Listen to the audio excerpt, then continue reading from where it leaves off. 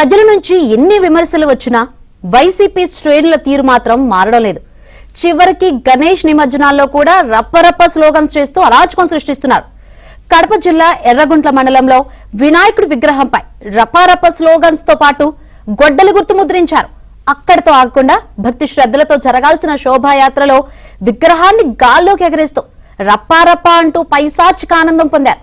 Social మీడియాలో ఈ video viral అవుతుంది. ప్రజల నుంచి ఎన్ని విమర్శలు వచ్చినా వైసీపీ శ్రేణుల తీరు మాత్రం మారడం లేదు. చివరికి గణేష్ నిమజ్జనాల్లో కూడా రప్పారప్ప స్లోగన్స్ చేస్తూ అరాచకం సృష్టిస్తున్నారు. కడప జిల్లా ఎర్రగుంట్ల మండలంలో వినాయకుడి విగ్రహంపై రప్పారప్ప స్లోగన్స్ తో పాటు గొడ్డలి గుర్తు ముద్రించారు. అక్కడితో ఆగకుండా భక్తి శ్రద్ధలతో జరగాల్సిన శోభాయాత్రలో విగ్రహాన్ని గాల్లోకి ఎగరేస్తూ రప్పారప్ప అంటూ పైశాచిక ఆనందం పొందారు. సోషల్ మీడియాలో ఈ వీడియో వైరల్ అవుతోంది.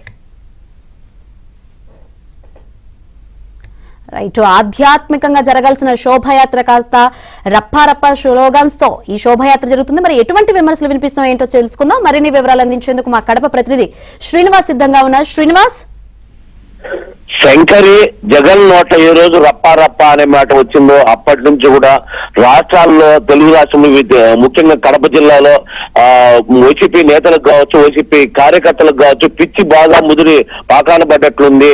ఎందుకంటే అదే పదాన్ని వాడుతూ రకరకాలుగా పలిచి ఎక్కడ ప్రయోగించాలో కూడా తెలియకుండా, ఎక్కడ వాడాలో కూడా తెలియకుండా ఇష్టానుసారంగా ప్రవర్తిస్తున్నారు.